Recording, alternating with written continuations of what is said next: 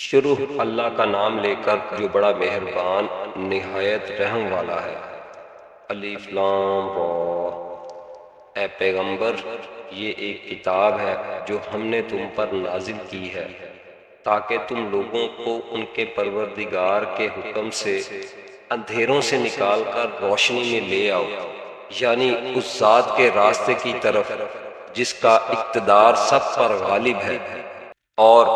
جو ہر تعریف کا مستحق ہے۔ وہ اللہ کے آسمانوں اور زمین میں جو کچھ ہے اسی کی ملکیت ہے،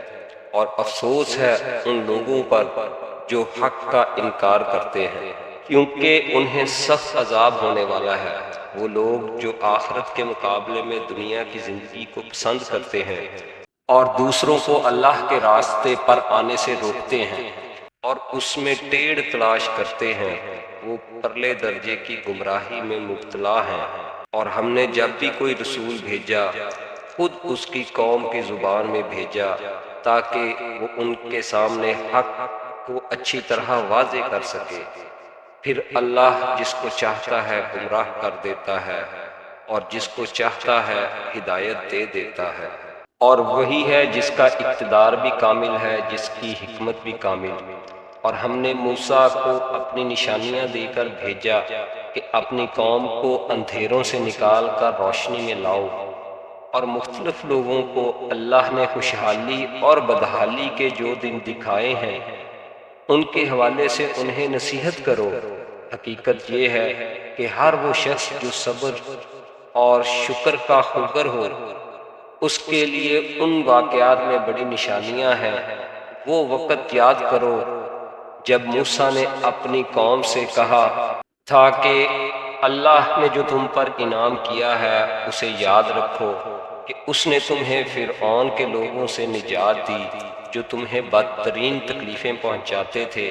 اور تمہارے بیٹوں کو ذبح کر ڈالتے اور تمہاری عورتوں کو زندہ رکھتے تھے، اور ان تمام واقعات میں تمہارے پروردگار کی طرف سے تمہارا زبردست امتحان تھا۔ اور وہ وقت بھی تھا جب تمہارے پروردگار نے اعلان فرما دیا تھا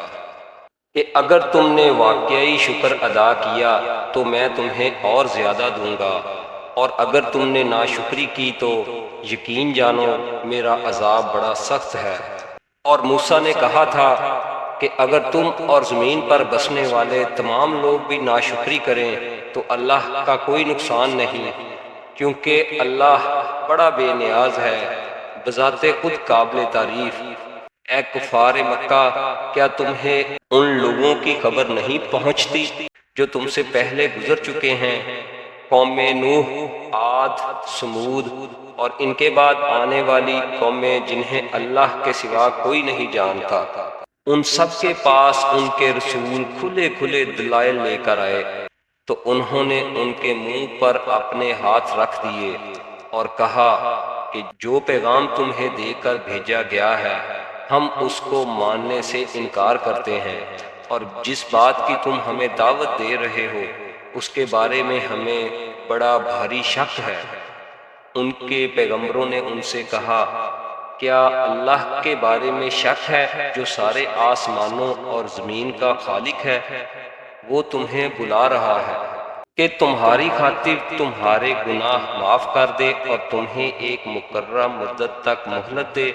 انہوں نے کہا کہ تمہاری حقیقت اس کے سوا کچھ بھی نہیں، کہ تم ایسے ہی انسان ہو جیسے ہم ہیں۔ تم یہ چاہتے ہو کہ ہم اپنے باپ دادا جن کی عبادت کرتے آئے ہیں ان سے ہمیں روک دو، لہٰذا کوئی صاف صاف معجزہ لا کر دکھاؤ۔ ان سے ان کے پیغمبروں نے کہا، ہم واقعی تمہارے ہی جیسے انسان ہیں، لیکن اللہ اپنے بندوں میں سے جس کو چاہتا ہے خصوصی احسان فرما دیتا ہے، اور یہ بات ہمارے اختیار میں نہیں ہے کہ ہم اللہ کے حکم کے بغیر تمہیں کوئی معجزہ لا دکھائیں، اور مومنوں کو صرف اللہ پر بھروسہ رکھنا چاہیے۔ اور آخر ہم کیوں اللہ پر بھروسہ نہ رکھیں جبکہ اس نے ہمیں ان راستوں کی ہدایت دے دی ہے جن پر ہمیں چلنا ہے، اور تم نے ہمیں جو تکلیفیں پہنچائی ہیں ان پر ہم یقیناً صبر کریں گے، اور جن لوگوں کو بھروسہ رکھنا ہو انہیں اللہ ہی پر بھروسہ رکھنا چاہیے۔ اور جن لوگوں نے کفر اپنا لیا تھا انہوں نے اپنے پیغمبروں سے کہا کہ ہم تمہیں اپنی سرزمین سے نکال کر رہیں گے، ورنہ تمہیں ہمارے دین میں واپس آنا پڑے گا۔ چنانچہ ان کے پروردگار نے ان پر وحی بھیجی کہ یقین رکھو ہم ان ظالموں کو ہلاک کر دیں گے، اور ان کے بعد یقیناً تمہیں زمین میں بسائیں گے۔ یہ ہے ہر اس شخص کا صلہ جو میرے سامنے کھڑا ہونے کا خوف رکھتا اور میری وعید سے ڈرتا ہے، اور ان کافروں نے خود فیصلہ مانگا، اور نتیجہ یہ ہوا کہ ہر ڈینگے مارنے والا ہڈ دھرم نامراد ہو کر رہا۔ اس کے آگے جہنم ہے اور وہاں اسے پیپ کا پانی پلایا جائے گا، وہ اسے گھونٹ گھونٹ کر کے پیے گا، اور اسے ایسا محسوس ہوگا کہ وہ اسے حلق سے اتار نہیں سکے گا۔ موت اس پر ہر طرف سے آ رہی ہوگی مگر وہ مرے گا نہیں، اور اس کے آگے ہمیشہ ایک اور سخت عذاب موجود ہوگا۔ جن لوگوں نے اپنے رب کے ساتھ کفر کی روش اختیار کی ہے ان کی حالت یہ ہے کہ ان کے اعمال اس راکھ کی طرح ہیں جسے آندھی طوفان والے دن میں ہوا تیزی سے اڑا لے جائے۔ انہوں نے جو کچھ کمائی کی ہوگی اس میں سے کچھ ان کے ہاتھ نہیں آئے گا۔ یہی تو پرلے درجے کی گمراہی ہے۔ کیا تمہیں یہ بات نظر نہیں آتی کہ اللہ نے آسمانوں اور زمین کو برحق مقصد سے پیدا کیا ہے؟ اگر وہ چاہے تو تم سب کو فنا کر دے اور ایک نئی مخلوق وجود میں لے آئے، اور یہ بات اللہ کے لیے کچھ بھی مشکل نہیں۔ اور یہ سب لوگ اللہ کے آگے پیش ہوں گے۔ پھر جو لوگ دنیا میں کمزور تھے وہ بڑائی بگارنے والوں سے کہیں گے کہ ہم تو تمہارے پیچھے چلنے والے لوگ تھے، تو کیا اب تم ہمیں اللہ کے عذاب سے بچا لو گے؟ وہ کہیں گے اگر اللہ نے ہمیں ہدایت دی ہوتی تو ہم بھی تمہیں ہدایت دے دیتے، چاہے ہم چیخیں چلائیں یا صبر کریں، دونوں صورتیں ہمارے لیے برابر ہیں، ہمارے لیے چھٹکارے کا کوئی راستہ نہیں۔ اور جب ہر بات کا فیصلہ ہو جائے گا تو شیطان اپنے ماننے والوں سے کہے گا حقیقت یہ ہے کہ اللہ نے تم سے سچا وعدہ کیا تھا، اور میں نے تم سے وعدہ کیا تو اس کی خلاف ورزی کی، اور مجھے تم پر اس سے زیادہ کوئی اختیار حاصل نہیں تھا کہ میں نے تمہیں اللہ کی نافرمانی کی دعوت دی، تو تم نے میری بات مان لی، لہٰذا اب مجھے ملامت نہ کرو بلکہ خود اپنے آپ کو ملامت کرو۔ نہ تمہاری فریاد پر میں تمہاری مدد کر سکتا ہوں، اور نہ میری فریاد پر تم میری کوئی مدد کر سکتے ہو۔ تم نے اس سے پہلے مجھے اللہ کا جو شریک مان لیا تھا، آج میں نے اس کا انکار کر دیا ہے۔ جن لوگوں نے یہ ظلم کیا تھا ان کے حصے میں تو اب دردناک عذاب ہے، اور جو لوگ ایمان لائے تھے اور انہوں نے نیک عمل کیے تھے انہیں ایسے باغات میں داخل کیا جائے گا جن کے نیچے نہریں بہتی ہوں گی اپنے پروردگار کے حکم سے۔ وہ ان باغوں میں ہمیشہ رہیں گے، وہ آپس میں ایک دوسرے کا استقبال سلام سے کریں گے۔ کیا تم نے نہیں دیکھا کہ اللہ نے کلمہ طیبہ کی کیسی مثال بیان کی ہے؟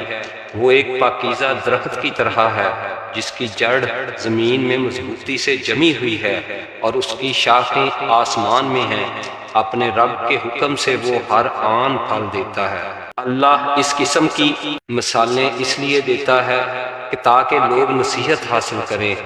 اور ناپاک کلمے کی مثال ایک خراب درخت کی طرح ہے جسے زمین کے اوپر ہی اوپر سے اکھاڑ لیا جائے، اس میں ذرا بھی جماؤ نہ ہو۔ جو لوگ ایمان لائے ہیں اللہ ان کو اس مضبوط بات پر دنیا کی زندگی میں جماؤ عطا کرتا ہے اور آخرت میں بھی، اور ظالم لوگوں کو اللہ بھٹکا دیتا ہے، اور اللہ اپنی حکمت کے مطابق جو چاہتا ہے کرتا ہے۔ کیا تم نے ان لوگوں کو نہیں دیکھا جنہوں نے اللہ کی نعمت کو کفر سے بدل ڈالا اور اپنی قوم کو تباہی کے گھر میں لا اتارا جس کا نام جہنم ہے؟ وہ اس میں جلیں گے اور وہ بہت برا ٹھکانہ ہے۔ اور انہوں نے اللہ کے ساتھ اس کی خدائی میں کچھ شریک بنا لیے تاکہ لوگوں کو اس کے راستے سے گمراہ کریں۔ ان سے کہو کہ تھوڑے سے مزے اڑا لو، کیونکہ آخر کار تمہیں جانا دوزخ ہی کی طرف ہے۔ میرے جو بندے ایمان لائے ہیں ان سے کہہ دو کہ وہ نماز قائم کریں، اور ہم نے ان کو جو رزق دیا ہے اس میں سے پوشیدہ طور پر بھی اور اعلانیہ بھی نیکی کے کاموں میں خرچ کریں، اور یہ کام اس دن کے آنے سے پہلے پہلے کر لیں جس میں نہ تو کوئی خرید و فروخت ہوگی نہ کوئی دوستی کام آئے گی۔ اللہ وہ ہے جس نے آسمانوں اور زمین کو پیدا کیا اور آسمان سے پانی برسایا، پھر اس کے ذریعے تمہارے رزق کے لیے پھل اگائے، اور کشتیوں کو تمہارے لیے رام کر دیا تاکہ وہ اس کے حکم سے سمندر میں چلیں، اور دریاؤں کو بھی تمہاری خدمت پر لگا دیا، اور تمہاری خاطر سورج اور چاند کو اس طرح کام پر لگایا کہ وہ مسلسل سفر میں ہیں، اور تمہاری خاطر رات اور دن کو بھی کام پر لگایا، اور تم نے جو کچھ مانگا اس نے اس میں سے جو تمہارے لیے مناسب تھا تمہیں دیا، اور اگر تم اللہ کی نعمتوں کا شمار کرنے لگو تو شمار بھی نہیں کر سکتے۔ حقیقت یہ ہے کہ انسان بہت بے انصاف، بڑا ناشکرا ہے۔ اور یاد کرو وہ وقت جب ابراہیم نے اللہ تعالیٰ سے دعا کرتے ہوئے کہا تھا کہ یا رب اس شہر کو پرامن بنا دیجئے، اور مجھے اور میرے بیٹوں کو اس بات سے بچائیے کہ ہم بتوں کی پرستش کریں۔ میرے پروردگار، ان بتوں نے لوگوں کی بڑی تعداد کو گمراہ کیا ہے، لہٰذا جو کوئی میری راہ پر چلے تو وہ میرا ہے، اور جو میرا کہا نہ مانے تو اس کا معاملہ میں آپ پر چھوڑتا ہوں۔ آپ بہت بخشنے والے، بڑے مہربان ہیں۔ اے ہمارے پروردگار، میں نے اپنی کچھ اولاد کو آپ کے حرمت والے گھر کے پاس ایک ایسی وادی میں لا بسایا ہے جس میں کوئی کھیتی نہیں ہوتی۔ ہمارے پروردگار، یہ میں نے اس لیے کیا تاکہ یہ نماز قائم کرے، لہٰذا لوگوں کے دلوں میں ان کے لیے کشش پیدا کر دیجئے، اور ان کو پھلوں کا رزق عطا فرمائیے تاکہ وہ شکر گزار بنیں۔ اے ہمارے رب، ہم جو کام چھپ کر کرتے ہیں وہ بھی آپ کے علم میں ہیں، اور جو کام علانیہ کرتے ہیں وہ بھی، اور اللہ سے نہ زمین کی کوئی چیز چھپی ہوئی ہے نہ آسمان کی کوئی چیز۔ تمام تعریفیں اللہ کے لیے ہیں جس نے مجھے بڑھاپے میں اسماعیل اور اسحاق جیسے بیٹے عطا فرمائے۔ بے شک میرا رب بڑا دعائیں سننے والا ہے۔ یا رب، مجھے بھی نماز قائم کرنے والا بنا دیجئے، اور میری اولاد میں سے بھی ایسے لوگ پیدا فرمائیے جو نماز قائم کریں۔ اے ہمارے پروردگار، اور میری دعا قبول فرما لیجئے۔ اس دن میری بھی مغفرت فرمائیے، اور میرے والدین کی بھی، اور ان سب کی بھی جو ایمان رکھتے ہیں۔ اور یہ ہرگز نہ سمجھنا کہ جو کچھ یہ ظالم کر رہے ہیں اللہ اس سے غافل ہے، وہ تو ان لوگوں کو اس دن تک کے لیے مہلت دے رہا ہے جس میں آنکھیں پھٹی کی پھٹی رہ جائیں گی، دوسروں کو اوپر اٹھائے دوڑ رہے ہوں گے، ان کی نگاہیں جھپکنے کو واپس نہیں آئیں گی، اور ان کے دل بدحواسی میں اڑے جا رہے ہوں گے۔ اور اے پیغمبر، تم لوگوں کو اس دن سے خبردار کرو جب عذاب ان پر آن پڑے گا، تو اس وقت یہ ظالم کہیں گے کہ اے ہمارے پروردگار، ہمیں تھوڑی سی مدت کے لیے اور مہلت دے دیجئے تاکہ ہم آپ کی دعوت قبول کر لیں اور پیغمبروں کی پیروی کریں۔ اس وقت ان سے کہا جائے گا کہ ارے کیا تم لوگوں نے قسمیں کھا کھا کر پہلے یہ نہیں کہا تھا کہ تم پر کوئی زوال نہیں آ سکتا، اور تم ان لوگوں کی بستیوں میں رہ چکے تھے جنہوں نے اپنی جانوں پر ظلم کیا تھا، اور یہ بات کھل کر تمہارے سامنے آ چکی تھی کہ ہم نے ان کے ساتھ کیسا سلوک کیا، اور ہم نے تمہیں مثالیں بھی دی تھیں، اور وہ لوگ اپنی ساری چالیں چل چکے تھے، اور ان کی ساری چالوں کا توڑ اللہ کے پاس موجود تھا۔